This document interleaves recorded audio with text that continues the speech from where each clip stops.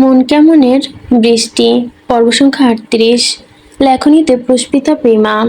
আদি শক্ত হয়ে দাঁড়িয়ে থাকে বিছানায় গুটিসুটি মেরে শুয়ে থাকা পরীর চোখ খুলে একবার ছেলে একবার মেয়েটিকে দেখে, অবাক চোখে চোখ বন্ধ করে আবারও বিড়বিড় করে,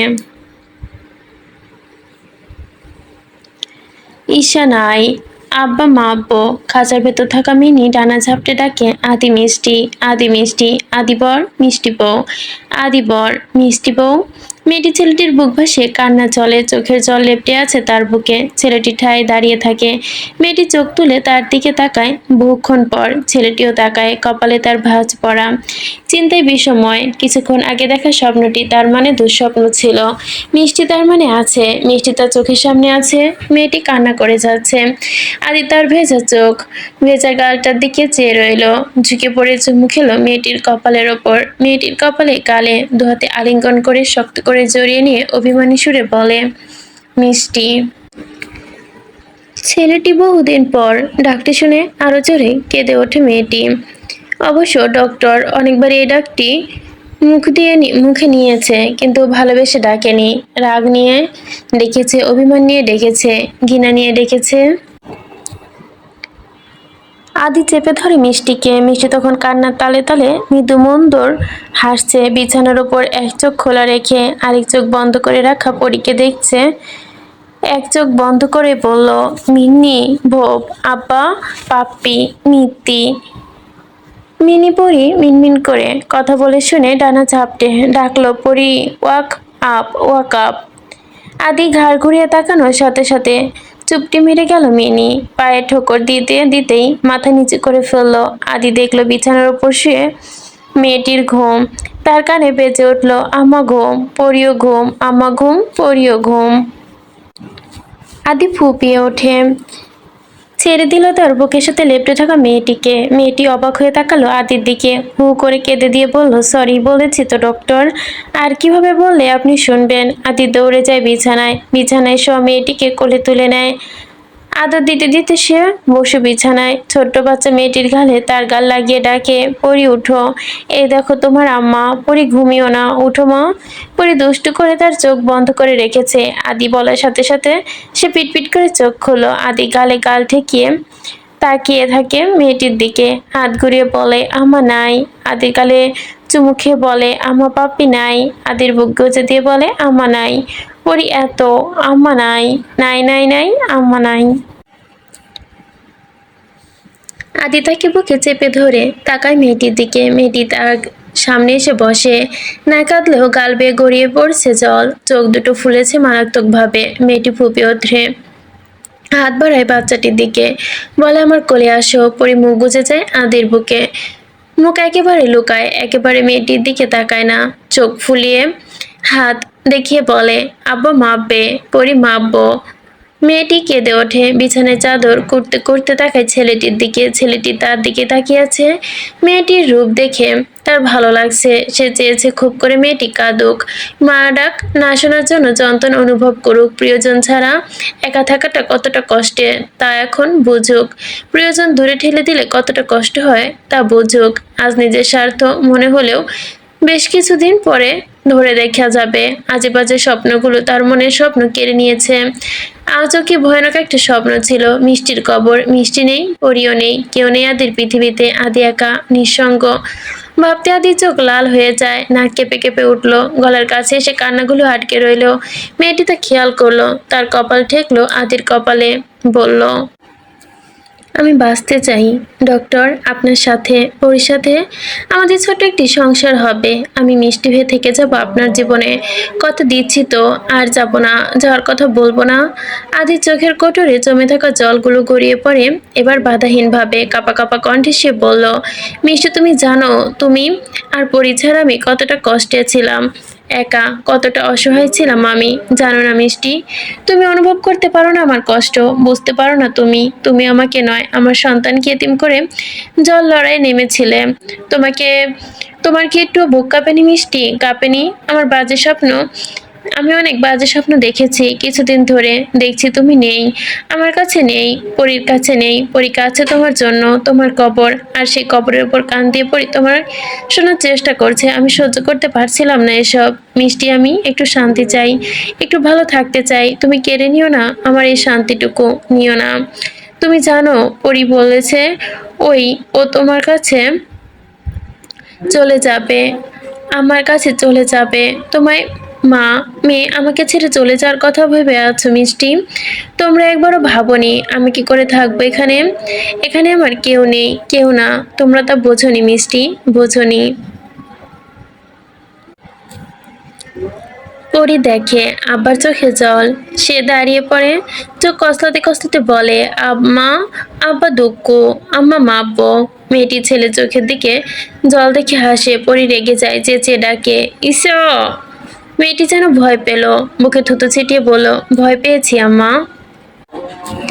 সেদিন বৃষ্টির জলে ভিজে ভিজে সে চলে গিয়েছিল হাসপাতালে, চেক আপ করানোর কথা ছিল। এতগুলো দিন সে আইমির সাথে ছিল। তার অমন সময়ে মনে হয়েছিল আইমি একমাত্র সব সমস্যার সমাধান। ডক্টরকে একমাত্র আইমি আগলে রাখতে পারবে। তার অনুপস্থিতিতে আইমিও ডক্টরকে চায়, কিন্তু তাকে ভুল প্রমাণ করে দিয়ে আইমি সত্যটা জানিয়ে দেয় আদিকে। আদি কিন্তু তার আগে সত্যি জেনে গিয়েছিল। আদি সেদিন অবাক হয়ে যায় মিষ্টি যাওয়া দেখলো। একটা মানুষ কতটা নির্দয়, কতটা পাষাণ হলে চলে যাওয়ার কথা ভাবতে পারে। স্বামীকে ছেড়ে, সন্তানকে ছেড়ে আদিপরীকে আমির কাছে দিয়ে গিয়েছিল মিষ্টির পিছু পিছু। কিছু দূর যেতে না যেতেই পরি হাত বাড়িয়ে ডেকেছিল, আম্মা আয়, আব্বা আয়, আমা আব্বা আয় আয়। আদির চোখে জল নিয়ে সেদিন বাদ মানিয়েছিল, বলেছিল, তোমার কি একটুও কষ্ট হয়নি? বাচ্চাদের প্রতি মায়া হয়নি মিষ্টি? কি করে চলে যাওয়ার কথা ভাবতে পারো? আদির মনে হলো রিপোর্টগুলো গুটি গুটি অক্ষর লেখা ফুসফুসের ক্যান্সার শব্দটা মিথ্যা হয়ে যাক। একজন মা ফিরে আসুক তার বাচ্চার কাছে, মিষ্টি ফিরে আসুক তার ডক্টরের কাছে। আদি গিয়েছিল মিষ্টির পিছু পিছু। হাসপাতালে পৌঁছাতে না পৌঁছাতেই সে দূরে দাঁড়িয়ে দেখলো হাসপাতালের করিডোরে বসে অনিবর্ত কান্না করছে মেয়েটি। আদি যদি না দেখতো সেই দৃশ্য, আদি ভুল কি সে ভাঙাতো কখনো? কখনোই না। মিষ্টি সেদিন কেঁদেছে, তার কান্নার আওয়াজ পুরো হাসপাতালের নাচ ছুটে আসে। কিছুদিন ধরে অনুপস্থিত ডক্টর আদি চৌধুরী সে দৃশ্য মন প্রাণ ভরে দেখায়। সবাই চকিতে তাকায়, আদি চৌধুরীও যে কাঁদছে। মিষ্টি খেয়াল করে না তার আশেপাশে এতগুলো মানুষ ভিড় জমেছে। আদি ইশারায় ভিড় হালকা হয়। মিষ্টি চোখ তুলে তাকাতেই সে মুখোমুখি হয় ডক্টরের। ডক্টর অসহায় চোখে তাকিয়ে দেখে সে কণ্ঠে মিনতি মিনিয়ে বলে, আমাকে ক্ষমা করুন ডক্টর, ক্ষমা করুন। ডক্টর ততক্ষণে ও তার জায়গায় দাঁড়িয়ে কষে চর বসালো মিষ্টির গালে। মিষ্টি টাল সামলাতে না পেরে পড়ে যায়। অবিশ্বাস্য চোখ দুটো বেয়ে গড়িয়ে পড়ে জল। ডক্টর তার গায়ে হাত তুলেছে। এমন সময়ে কান্নায় ভেঙে পড়ে সে, কিন্তু উঠে দাঁড়াতে পারে না। আদি বলল, আমার কোনো কষ্ট নেই মিষ্টি, শুধু একটাই আফসোস, তোমার এই দুঃসময়ে আমি তোমার ভরসাস্থল হতে পারিনি। আজ আমি তোমার আপন হয়ে গেল, আর আমি দিনের পর দিন যে আমি তোমার কাছ থেকে আমাকে দূরে সরিয়ে রেখেছে, আজ সেই আমি মুখ দিয়ে আমাকে শুনতে হচ্ছে। আদি, মিষ্টির প্রেপার ট্রিটমেন্ট দরকার। আজ আমি তোমার কাছ থেকে কতটা ইম্পর্টেন্ট অ্যান্ড কতটা ফেসফুল তুমি তা বুঝিয়ে দিলে মিষ্টি। আমি তো কেউ না, তুমি কোনো কালেই আমাকে কিছু মনে করনি। আমি কেউ ছিলাম না, কেউ হইনি, হয়তোবা কেউ থাকবো না। তুমি তো চলে যাবে ছেড়ে। মিষ্টি কাঁদলো, উঠে বসার চেষ্টা করলো, পারলো না। আদি যখন দেখলো মিষ্টি উঠতে পারছে না, সে এগিয়ে যায়। মিষ্টিকে ধরার সাথে সাথে মিষ্টি ঢলে পড়ে তার বুকে, কাঁদতে কাঁদতে বলে, ডক্টর আমি বাঁচতে চাই, পরীর জন্য বাঁচতে চাই, আপনার জন্য বাঁচতে চাই। পরীকে ছাড়া আমি কিছুতেই কিছু ভাবতে পারছি না। ডক্টর, আমি কিভাবে থাকবো আমার মেয়েকে ছাড়া?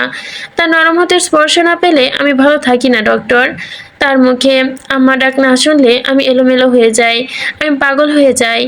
আমি এই কয়দিনে আর বেশি অসুস্থ হয়ে পড়েছি তার ডাক না শোনায়। কিন্তু আমাকে তো দূরে দূরে থাকতে হবে, মায়া বাড়িয়ে নিজেকে আর কষ্ট দিতে পারবো না আমি। কিন্তু আমার পরিমা, পরীর কি হবে ডক্টর? আমার পরী তো আম্মাকে খুঁজবে, সে কাঁদবে আমার জন্য। আমার মরতে ইচ্ছে হচ্ছে না ডক্টর, আমি মরতে চাই না, কিন্তু আমাকে মরতে হবে। ওই রিপোর্ট। মিষ্টি অন্য কিছু বলার আগে ঢলে পড়ল কান্নায়। ঢলে পড়ল আদির কোলে, চোখ বন্ধ হয়ে আসে, গাল বেয়ে গড়িয়ে পড়ে রক্ত। আচমকা আদি সেদিন চিৎকার করে কেঁদেছিল। যদি জ্ঞান হয়ে অজ্ঞান হয়ে পড়া মেয়েটি একটিবার দেখতো ছেলেটির সেই কান্না, তাহলে বুঝতে পারতো ছেলেটি তাকে ঠিক কতটা ভালোবাসে, কতটা নিঃস্ব ছেলেটি মেয়েটি ছাড়া। সে ভাবতেই তার গায়ে কাঁটা দিয়ে ওঠে। মিষ্টি নেই তার পৃথিবীতে, চারপাশ অন্ধকার। বৃষ্টি নেমেছে কিন্তু আদির মিষ্টি নেই পৃথিবীতে। বৃষ্টি এসেছে ঠিক, কিন্তু মন কেমনের বৃষ্টি না। আদির অনুভব হচ্ছে না, কোনো কিছুই না। হালকা হয়ে গেছে তার সব অনুভূতি। ছোট্ট পরি হাত নেড়ে নেড়ে তা তা বলে চলে যায় আদিকে ছেড়ে, তার মায়ের মতো। এসব ভাবতে ভাবতে আদি থেকে থেকে কেঁপে ওঠে, শক্ত করে বুকের মাঝে জড়িয়ে রাখে তার মিষ্টিকে। আদির কাছ থেকে নিয়ে যাওয়া হয় মিষ্টি নামের মেয়েটিকে কোনো মতে। আদি ছোট বাচ্চার মতো করে কাঁদে। নিজের অর্জিত বিদ্যা আজ কোনো কাজে আসছে না। নিজের ওপর নিজের রাগ লাগছে। মিষ্টির জন্য সে কিছু করতে পারলো না। তার আর মিষ্টির একটি ছোট সংসার কি কখনো সাজানো হবে না? আদি ভেঙে পড়লো কান্নায়। তার কান্না দেখে পুরো হাসপাতালে ডক্টর নার্স ছুটে এলো। কেবিনের বেডে শুয়ে থাকা মেয়েটি শিওরে বসে সে নীরবে কান্না করে ফুপিয়ে ফুপিয়ে। ডক্টর মেহতাব অবাক হয়ে জানতে চায়, ও তোমার স্ত্রী আদি? তার মানে আমি ওর বাচ্চার অপারেশনের রিপোর্ট দেখে ঠিকই ধরেছি। কিন্তু ঈশা তো। আদি দাঁড়িয়ে পড়ে, বলে স্যার ওকে বাঁচান। ছোট্ট পুতুলের মতো একটি বাচ্চা আছে তার, আম্মা আম্মা ডাকছে সারাদিন। ওই ছোট্ট মেয়েটি একে এভাবে অতিম হয়ে যেতে দিবেন না স্যার, দিবেন না।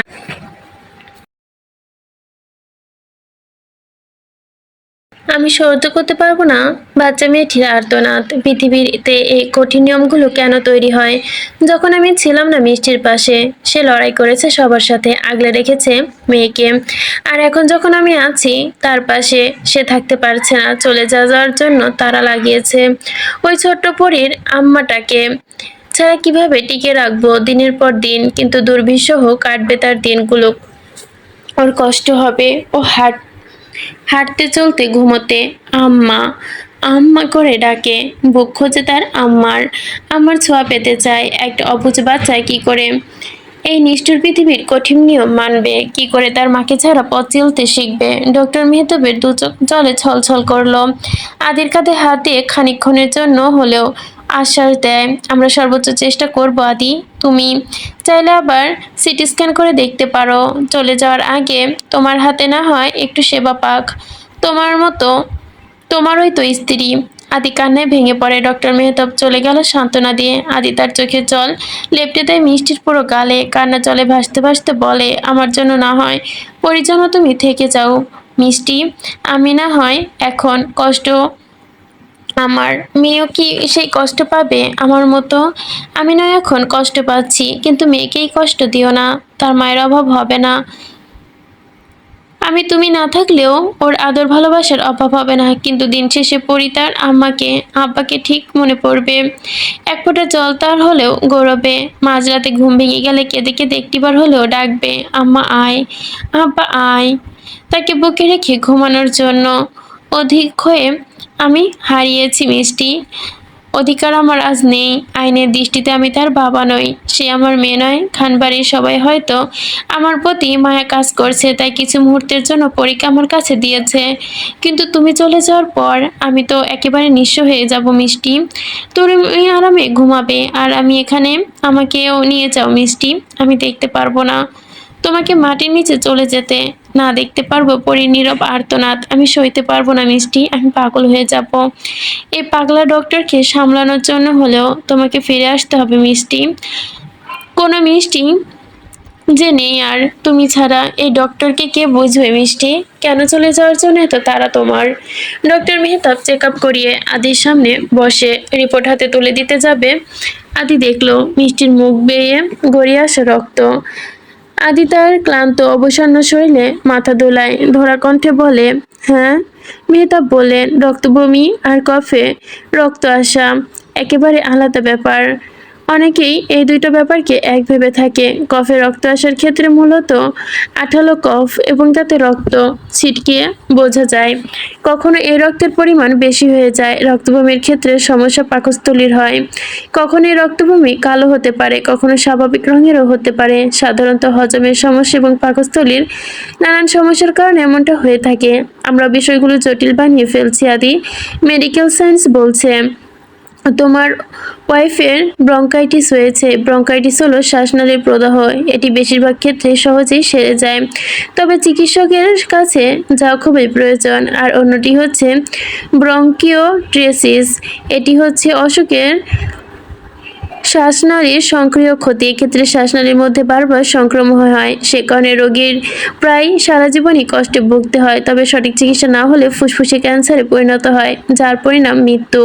নারীদের ক্ষেত্রে ইউটেরাসের ভেতরে আবরণের মাঝে মাঝে মাঝে ফুসফুসেও চলে আসে, তবে প্রতিবার স্বাভাবিক রক্তক্ষরণের সময় হলেও সেখান থেকে রক্তপাত হয়, যা কফের সাথে বেরিয়ে আসে। এর কারণে মাঝে মাঝে মেরুদণ্ডেও ব্যথা করে, হাড়ে হাড়ে ব্যথা অনুভব হয়, যাকে বলে নরমালি পিঠ ব্যথা নামে আমরা চিনি। আজকের রিপোর্ট বলছে অন্য কথা। তুমি দেখতে পারো আদি। মিষ্টি রোগটি ব্রঙ্কাইটিস, ফুসফুসের ক্যান্সার ঝুঁকি আছে যদি প্রপার ট্রিটমেন্ট না হয়। কিন্তু আগের রিপোর্টটা দেখে ফুসফুসের ক্যান্সার কি করে সম্ভব? কে করলো এই কাজ? এই হাসপাতালে তো মিষ্টি চেক আপ করানো হয়েছে, আজও তুমি নিজ হাতেই করেছো। এই সামান্য রোগটা আমরা জটিল বানিয়ে ফেলছি। মিষ্টিকে যে ওষুধগুলো প্রেসক্রাইব করা হয়েছে তাতে ওর মারাত্মক ক্ষতি হতে পারে, রক্তপাত বন্ধ না হয়ে আরও বেশি হতে পারে। এত বছর ভুল এমন নামকরা হাসপাতালের রিপোর্ট কে করে হতে পারে? ব্রঙ্কাইটিস চিকিৎসা না করে ব্রঙ্কাইটিস এ পরিণত হবে। ব্রঙ্কাইটিস চিকিৎসা না হলে ফুসফুসের ক্যান্সার অনেক দূর যাবে। মিষ্টি এখন একজন পুরোপুরি সুস্থ মানুষ, ট্রিটমেন্ট হলেও সুস্থ হয়ে উঠবে। আদি তাকিয়ে থাকে নির্বিশেষে ডক্টর মাহাতেবের দিকে। পা দিয়ে ঠেলে ফেলে দেয় চেয়ার। উগ্র রেশে ফেটে পড়ে সে। চেক আপ রুমে গিয়ে সবার উপর চেঁচামেচি শুরু করেন, জিনিসপাতি ভাঙচুর করে। সব নার্স ডক্টর ভয়ে জড়সড় হয়ে যায়। আদি ক্ষোভ নিয়ে পুরো হাসপাতালের বিরুদ্ধে মামলা করে দেয়। ভেতরে ভেতরে আরও অনাচার চলে এই হাসপাতালে। কে জানে কে করেছে এই রিপোর্টে গোলমাল, তা জানা গেল না। পুলিশ তদন্ত শুরু করলো। পৃথিবী রঙিন হয়ে উঠল আবার আদির। সে স্বপ্ন দেখলো আবার মিষ্টিকে নিয়ে, পরীকে নিয়ে তার ছোট একটি সংসার হবে। কিন্তু তার রাগ কমলো না। সে ছুটে গেল মেয়েটির কাছে, এলোমেলোভাবে কাঁদলো। মেয়েটির ঘুমন্ত চেহারা দেখলো। সে দেখে দেখে আর যায়নি মেয়েটির কাছে, কথা বলেনি, অভিমান ডাক সবকিছু গিয়ে পড়লো মেয়েটির ওপর। মেয়েটি যদি একটিবার তার অসুস্থতার কথা আদিকে জানাতো তাহলে তার আজ এই অবস্থা হতোই না। এবার শাস্তি মেয়েটিকে দেবেই। প্রিয়জনকে মুখ ফিরিয়ে থাকলে, দূরে চলে গেলে, হারিয়ে গেলে, সন্তানের মা না ডাকলে সন্তান দূরে চলে গেলে কতটা কষ্ট হয় এবার তাকে বোঝাবে। সে বোঝাবে মেয়েটিকে হারে হারে। মেয়েটি কষ্ট পাক, কষ্ট পেয়ে মরে যাক, কিন্তু আদি থাকুক, সামনের থাকুক। আদি সেই কষ্টটা নিজের চোখে দেখুক। চারদিকে চাঁদ জ্যোৎস্না ছড়াচ্ছে। সেই রাতের আলো আধারি ছাদের এক কোণে দাঁড়িয়ে জ্যোৎস্না বিলাস করছে মেয়েটি। পরনে হালকা গোলাপি শাড়ি, আঁচল অবিন্যস্ত, মাথার চুলগুলো খোলা হয়, মৃদু বাতাসে উড়ছে। পেছনের ঘাড়ের কাছে উত্তপ্ত নিঃশ্বাসের ছোঁয়া পেতে মেয়েটি চট করে ঘাড় ঘুরিয়ে তাকালো। বকুল ফুল হাতে দাঁড়ানো ছেলেটিকে দেখে ঠোঁট এলিয়ে হাসলো সে। গলা বাড়িয়ে ধরলো মেয়েটির, নাকে ডগায় টুপ করে চুমু খেলো ছেলেটি মেয়েটির। মিষ্টির ডক্টর আদি পেরেছি আপনার অভিমান গলাতে। ছেলেটি তার কথা শুনে বিনিময়ে হাসলো, ফিরিয়ে দিল মিষ্টির নাকে ডগায়। তার ঠোঁটের স্পর্শ রাতের আলোয় চেয়ে রইল মায়াবী মুখের দিকে। মুখ আর একটু নিচে নামিয়ে আনতেই মেয়েটি তাকে ছেড়ে দিয়ে চট করে তাকে পিছ থেকে দাঁড়িয়ে চাঁদের দিকে তাকিয়ে বলল, আপনি বড্ড বেসামাল ডক্টর, একদম ভালো না। ছেলেটি হেসে মাথা চুলকালো। একে একে গেঁথে দিল সবগুলো বকুল ফুল মেয়েটির চুলে। মেয়েটি চুপচাপ দাঁড়িয়ে রইল। ছেলেটি গুজে দিল সব বকুল ফুল। কতগুলো ঝরে পড়লো নিচে, কতগুলো লেপ্টে পড়লো চুলে। ছেলেটি শুকলো সেই চুলে লেপ্টে থাকা বকুল ফুলের গন্ধ।